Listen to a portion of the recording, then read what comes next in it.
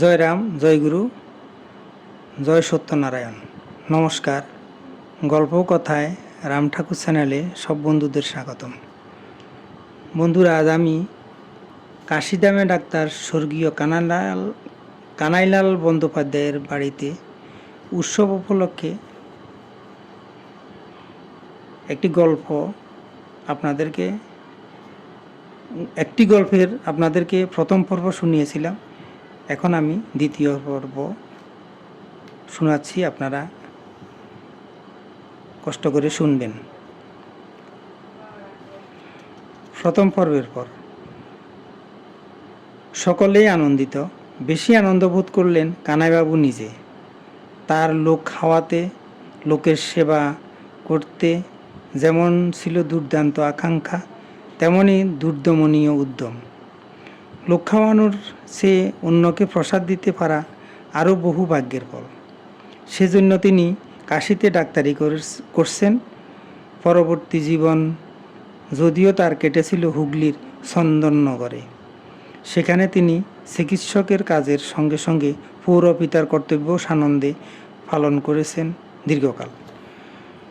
জনসেবার মধ্যেই তিনি নূতন জীবনের স্বাদ পেতেন। উৎসবের দিন সকালবেলা থেকেই বহু নরনারীর আগমনে কানাইবাবুর বাড়ি গমগম করছে। যুবকেরা বাজার উজাড় করে একখানা ঘর ভর্তি করে ফেললেন। মা বোনেরাও সানন্দে গুনগুন করে নাম গান করতে করতে তরকারি কুটতে শুরু করলেন। ফর্দ মিলিয়ে রাখছেন কয়েকজন, যেন সংগ্রহের কোনো ত্রুটি না থাকে। যা বাদ পড়েছে তা আনতে ছুটলেন কয়েকজন। উৎসবের আমেজে ভরপুর হয়ে উঠল কানাইবাবুর গৃহখানি। সন্ধ্যার কিছু পূর্বেই কানাইবাবু স্নান সমাপন আনতে এলেন ঠাকুরঘরে। দেখলেন থরে থরে ভোগ সাজানো রয়েছে। ঠিক প্রদোষক্ষণে কানাইবাবু গিয়ে বসলেন পূজার আসনে। খোল করতালের মৃদুধ্বনি বেজে উঠল। উপস্থিত নরনারীরা মধুর কণ্ঠে শুরু করলেন নাম সংকীর্তন। কানাইবাবুর মনে একটা ক্ষোভ ছিল। ঠাকুর মহাশয়ের সামনেই তিনি ভোগ নিবেদন করতে চেয়েছিলেন, কিন্তু ঠাকুর মহাশয় জানিয়ে দিয়েছিলেন তাকে ফটে এবং দেহে যেন প্রভেদ না রাখেন। তবুও একটু ক্ষোভ তার ছিল, যা মানুষের পক্ষে অত্যন্ত স্বাভাবিক। সেই ক্ষোভটুকুও সাময়িকভাবে দূরীকৃত হলো মধুর কীর্তন রোলে। ত্রিপল ঢাকা ছাদে প্রসাদ পরিবেশনের ব্যবস্থা হয়েছিল। পরিবেশন করা খিচুড়ি, ভাজা তরকারি পাতায় দেওয়ার পর প্রসাদ গ্রহণোৎসুকদের ডাকা হবে, এই হয়েছিল স্থির। কারণ শূন্যপাতের কাছে হাত গুটিয়ে বসে থাকা মানুষের পক্ষে অনেক সময়ই ক্লেশদায়ক হয়ে ওঠে। ভাজাভুজি সব দেওয়া হয়েছে। এবার খিচুড়ির বালতি নিয়ে ছাদে উঠছিলেন পরিবেশকরা। কানাইবাবু পিছু পিছু আসছিলেন। মোটামুটি দেওয়া হলে তবেই তো তিনি লোক ডাকবেন। খিচুড়ির বালতি নিয়ে যারা পরিবেশন করবার জন্য ছাদে প্রবেশ করছিলেন, হঠাৎ তারা ওরে বাপরে বলে অতি তাড়াতাড়ি কয়েক সিঁড়ি পিছিয়ে এলেন। সবাই কানাইবাবু জিজ্ঞেস করলেন, কি হলো? একজন উত্তর করল, ছাদের দরজার কাছে গিয়ে দেখুন কারা বসে আছেন। একটু দূর থেকে কানাইবাবু দেখলেন পরিবেশিত প্রসাদ সামনে রেখে 15-16টি বানর কুশাসনের উপর বসে কিচিরমিচির করছে। প্রমাদ গুনলেন কানাইবাবু। গলবস্ত্র হয়ে বানরদের উদ্দেশ্যে বললেন, আপনারা কেউ যাবেন না, আরও কেউ থাকলে আসতে বলুন, আমি পরিবেশন করছি। কানাইবাবু কয়েকটা পাতায় খিচুড়ি পরিবেশন করলেন কম্পমান হস্তে। বানরেরা চুপ করে রইলেন। এই দেখে আরও 2-3জন যুবক অন্য পাতে খিচুড়ি পরিবেশন করলেন।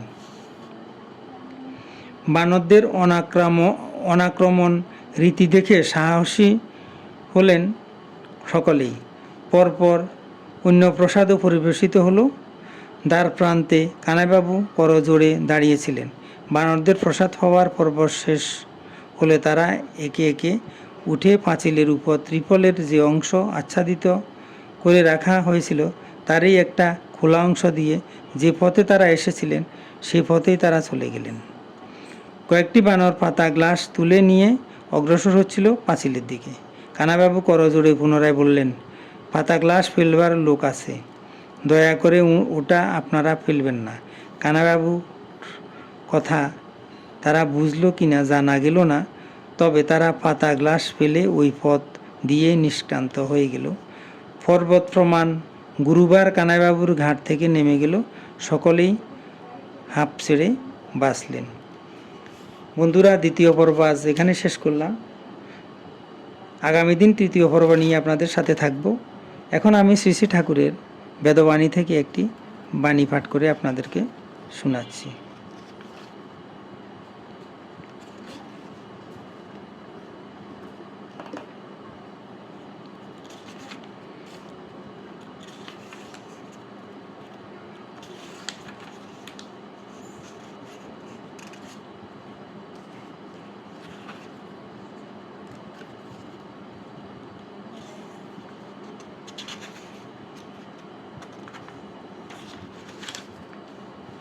বন্ধুরা, ঠাকুর বলেছেন, ভাগ্যং ফলতি সর্বদা।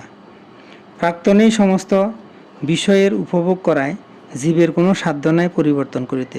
জন্ম, মৃত্যু, বিবাহ ইহার কর্তা ভবিতব্য সত্যনারায়ণ রূপে এই ত্রিজগৎকে সংহার, পালন এবং সৃজন করিয়া থাকেন। তাহান অধীন থাকিতে সতত চেষ্টা করাই জীবের পক্ষে সাধন তত্ত্ব হইয়া থাকে। অতএব সর্বদাই সত্যনারায়ণ সেবার অভ্যাস করিবে, তিনি সকল বিষয়ে শান্তি বিধান করিবেন, সন্দেহ নাই। বন্ধুরা, আজ এ পর্যন্তই। আগামী দিন আবার শ্রী শ্রী ঠাকুর সম্পর্কে গল্প বাণী নিয়ে আপনাদের সাথে থাকব। বন্ধুরা, চ্যানেলটি যদি আপনাদের ভালো লেগে থাকে তাহলে সাবস্ক্রাইব করে চ্যানেলটির পাশে থাকবেন। আর নতুন বন্ধু হলে প্লিজ সাবস্ক্রাইব করতে ভুলবেন না। আর যেসব বন্ধুরা ঠাকুরের গল্প, শ্রী শ্রী ঠাকুরের গল্প শুনছেন অথচ সাবস্ক্রাইব করেননি, প্লিজ একটু সাবস্ক্রাইব করে দিবেন এবং বেশি বেশি করে লাইক, শেয়ার, কমেন্ট করবেন। ধন্যবাদ, ভালো থাকবেন। জয় গোবিন্দ, গুরু কৃপাই কেবলম।